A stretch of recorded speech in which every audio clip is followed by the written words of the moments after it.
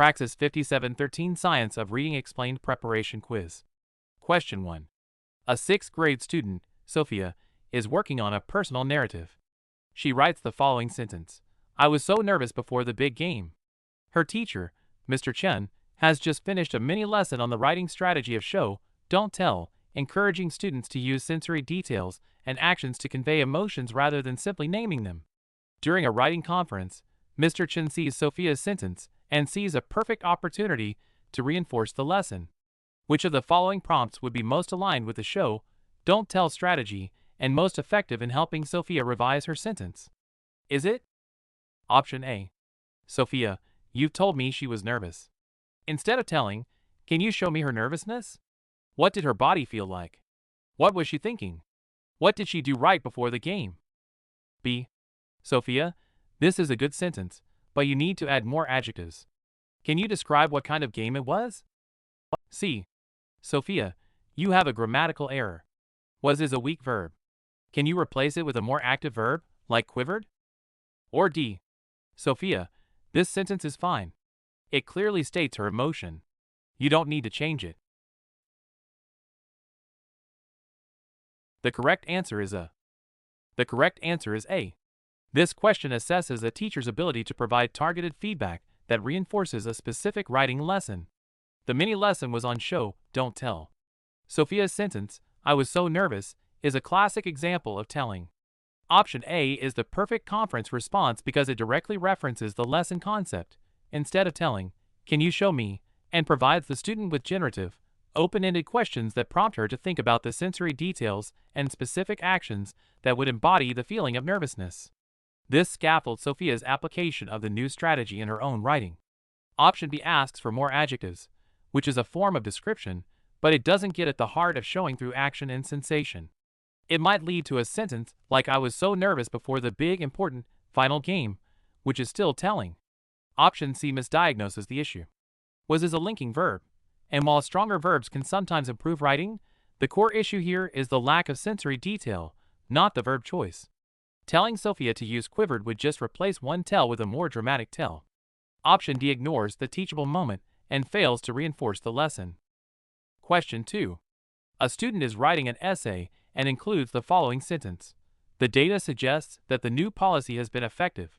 The teacher notes that the subject-verb agreement is incorrect. Which of the following is the correct way to revise this sentence? Is it? Option A. The data suggests that the new policy has been effective. B. The data is suggesting that the new policy has been effective. C. The data have been suggesting that the new policy has been effective. Or D. The data does suggest that the new policy has been effective. The correct answer is A. The correct answer is A. This question tests knowledge of subject-verb agreement with the word data. In modern academic and professional usage, data is most commonly treated as a plural noun, the plural of datum. Therefore, it requires a plural verb. Suggest is the plural form of the verb. Option A correctly changes the singular verb suggests to the plural suggest. Options B, C, and D all use singular verb forms, is, has, does, or maintain a singular verb in a more complex construction, and are therefore incorrect in standard usage. Question 3. A student has written the following thesis statement for a persuasive essay: I think that social media is bad for teenagers. Which of the following revised thesis statements is the most effective, specific, and arguable? Is it? Option A. Social media is bad. B. In my opinion, social media has many negative effects on teenagers. C. The excessive use of social media platforms among teenagers is linked to increased rates of anxiety, depression, and sleep disruption, and schools should implement digital wellness programs to address this public health concern. Or D. Social media can be both good and bad for teenagers. The correct answer is C. The correct answer is C. This question tests understanding of the key components of an effective thesis statement for a persuasive essay. An effective thesis should be specific, arguable, not a statement of fact, and provide a clear roadmap for the essay. Option C is excellent. It identifies a specific subject. Excessive use of social media platforms among teenagers makes a specific, arguable claim, It is linked to increased rates of anxiety, depression, and sleep disruption, and even hints at a proposed solution: schools should implement digital wellness programs. This gives the essay a clear focus and purpose. Option A is too vague and simplistic. Option B is a weak thesis.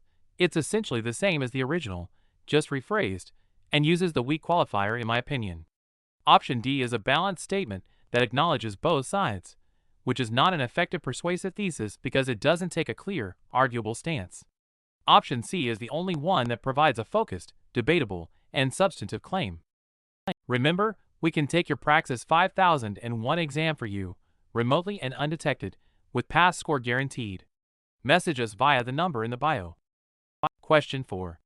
A high school student is writing an essay and wants to use the following quote from a book by author Jane Smith: "The most important thing is to never give up on your dreams."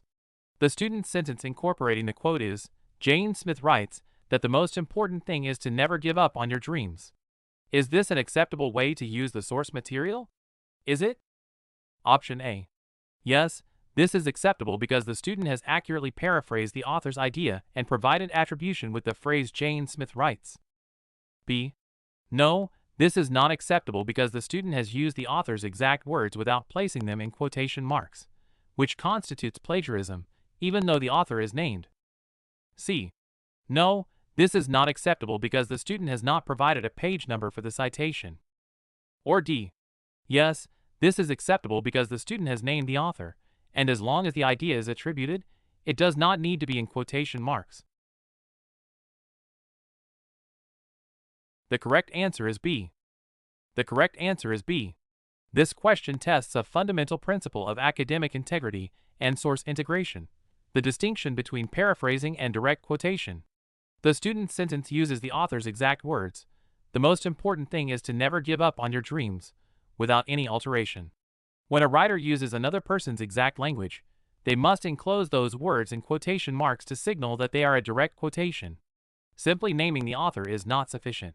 The quotation marks are necessary to show which words belong to the author. Option B correctly identifies this as a form of plagiarism, even though attribution is given. Option A is incorrect because this is not a paraphrase. It's a verbatim copy. Option C raises a separate issue, page numbers, that, while important in some citation styles, like MLA or APA, is not the primary error here. The core error is the lack of quotation marks. Option D is factually incorrect. This question highlights a common point of confusion for student writers. Question 5. A student is writing a persuasive essay arguing that school uniforms should be mandatory. In one paragraph, the student presents an opposing view. Some people argue that uniforms stifle students' individuality and self-expression. The student then writes the next sentence: "This is a stupid argument that makes no sense." The teacher wants to help the student address the counterargument more effectively and respectfully. Which of the following revisions best models an effective way to refute a counterargument in academic writing? Is it? Option A. This argument is completely wrong and has no merit whatsoever. B. While the concern about stifling individuality is understandable, it overlooks the fact that students can express their individuality in countless other ways, such as through their choices in accessories, hairstyles, and extracurricular activities, rather than through potentially distracting or inequitable clothing. C. People who say that are just wrong and don't understand the real issues. Or D. The argument about stifling individuality is not a good one, and I will now explain why it is bad. The correct answer is B. The correct answer is B.